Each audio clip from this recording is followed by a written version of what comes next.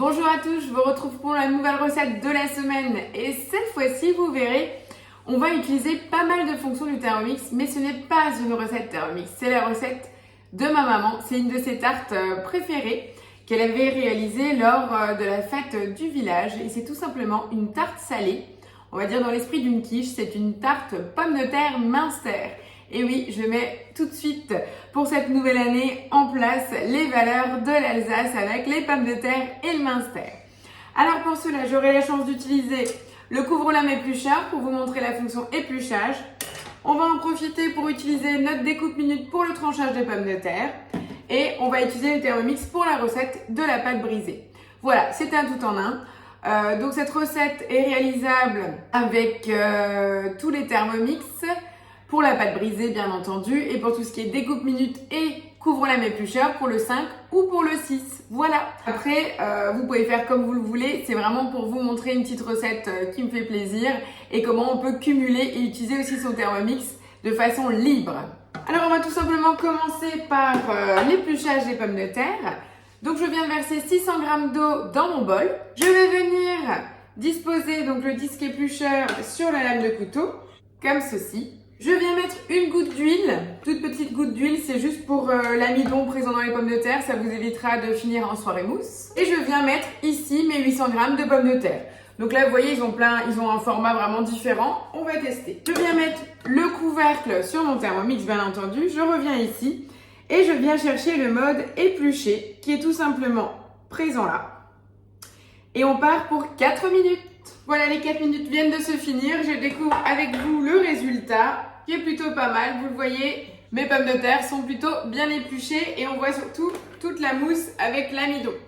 Donc je vais venir aller rincer et vider mon bol en fait dans le varoma et je reviens face à vous pour trancher avec le découpe minute mes nouvelles pommes de terre. Voilà, pour jouer la transparence, je vous montre le résultat de mes pommes de terre. Donc vous voyez, elles sont pas forcément toutes impeccables parce qu'elles n'étaient pas lisses. Je vous montre, j'ai des pommes de terre un peu particulières. Et donc là, ça n'a pas été pris. Sur le dessus, tout a été bien pris quand elles sont parfaitement rondes. Donc en plus, elles étaient bien fermes. Donc voilà, pour vous montrer le résultat. Donc là, je vais juste rattraper un tout petit peu là grossièrement au couteau. Et puis je vais les utiliser ainsi puisque l'essentiel de la peau a été gratté. Voilà, comme ça au moins, vous voyez, il n'y a pas d'effets spéciaux ou de trucage. Voilà, c'est pas un accessoire qui est indispensable, il peut vous simplifier la vie, à vous de voir. Je vous montre juste là, vous voyez, cette pomme de terre, elle a un œil ici, là forcément on est obligé de le prendre au couteau, il n'y a pas d'autre choix. Voilà, donc je vais vite préparer mes pommes de terre et je viens vous retrouver pour mettre en place le découpe minute pour voir le tranchage. À tout de suite. Voilà, mes pommes de terre sont maintenant prêtes, nous allons donc quitter le mode épluchage et on va tout simplement venir chercher le mode émincer. Donc nous avons le fabuleux découpe minute que nous attendons toutes et tous, qui est adaptable au TM5 comme au TM6. On a l'axe qu'on vient poser sur notre couteau et là on a le récipient qui va récupérer le tranchage ou le râpé de nos légumes. Une fois qu'on a ça, c'est au niveau de la lame, comme je vous l'avais déjà expliqué dans la première vidéo de présentation, vous avez le côté 1 pour émincer et le côté 2 pour râper. Donc je vais mettre la face 1 face à moi tout simplement. Je dois voir en fait le mode sélectionné. Donc moi je prends émincer. Et là avec le couvercle, le téton, je viens bloquer ma râpe. Ici je suis donc sur le mode émincer. Et je viens tout simplement choisir le émincé épais parce que je veux du 3-4 mm pour ma tarte. Et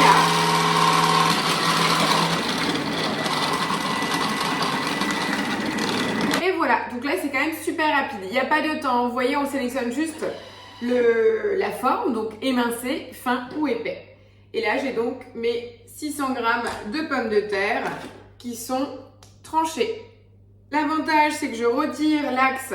Alors vraiment le conseil, dès que vous retirez le récipient, retirez l'axe, histoire de ne pas l'oublier au fond de votre bol et de le lâcher à l'étape d'après.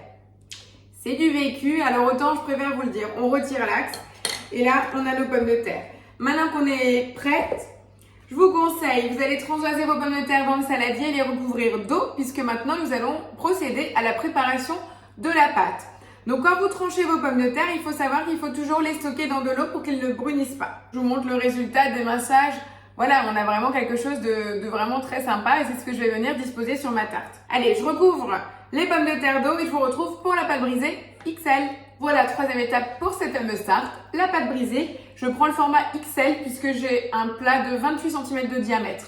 Comme ça, j'ai de la marge et elle sera parfaite. La pâte, vous pouvez bien sûr la réaliser quel que soit le modèle du Thermomix. Allez, on va démarrer en mettant 300 g de farine, 150 g de beurre. Donc moi, je prends du beurre demi-sel. Donc je ne rajoute pas de sel à la pâte. Je viens rajouter 100 g d'eau. Donc là, je les ai dans le gobelet doseur. Je mets le couvercle avec le gobelet et je viens tout simplement mélanger 20 secondes à la vitesse 4.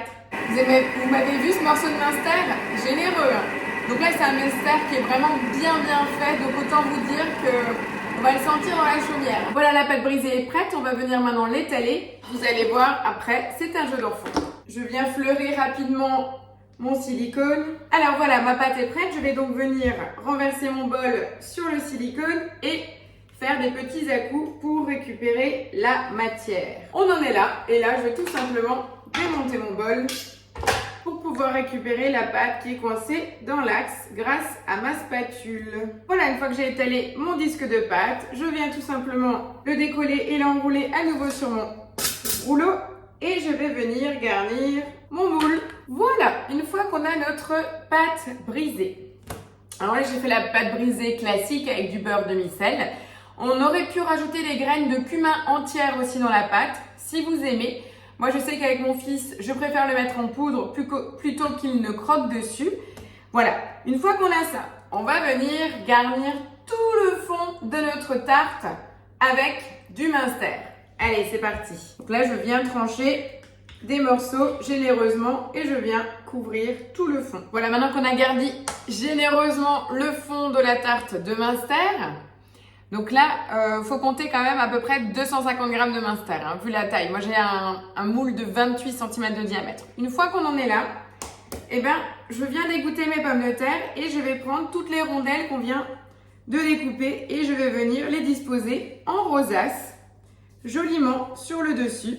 Et voilà, j'ai fait une jolie rosace. Une fois qu'on en est là, donc là, à peu près, il faut quand même compter 400 g de pommes de terre, hein, non épluchées. Moi, j'étais un petit peu plus généreuse, du coup, il m'en reste encore, tout dépend un peu aussi de la taille de votre tarte.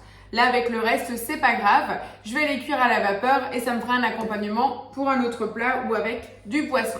Une fois qu'on a fait ça, il nous reste le flan, la dernière étape à faire. Donc là, je vais utiliser mon Thermomix et je vais venir verser 300 g de crème, du sel, du poivre, hyper important, une cuillère à café d'ail en poudre, donc soit de l'émincé frais, soit de l'ail semoule. La même chose en cumin en poudre et également du persil. Un œuf et c'est tout. Je viens mettre le couvercle avec le gobelet doseur et je viens là tout simplement mélanger 20 secondes à la vitesse 4. Et je viens napper maintenant le tout. Donc l'intérêt là vraiment du mélange, c'est avec la cannelle, tous les épices, on va venir recouvrir la rosace de pommes de terre. Voilà, ma quiche est maintenant prête. Vous avez vu cette jolie rosace et maintenant on part en cuisson à 180 degrés.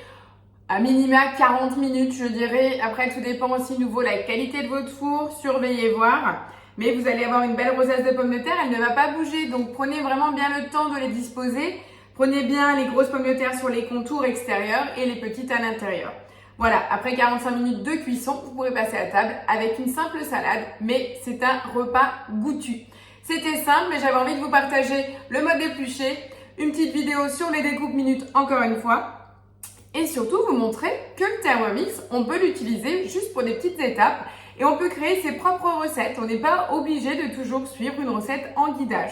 Voilà, c'était une petite nouveauté pour 2023 et c'était surtout pour le partage de la recette de cette tarte pomme de terre minster bien de chez moi. Je vous retrouve la semaine prochaine pour une nouvelle recette en vidéo. Fin de la vidéo, vous retrouverez bien entendu le visuel de la tarte cuite et une présentation d'assiette. Voilà, je vous dis à la semaine prochaine. Bonne semaine à vous. Ciao, ciao!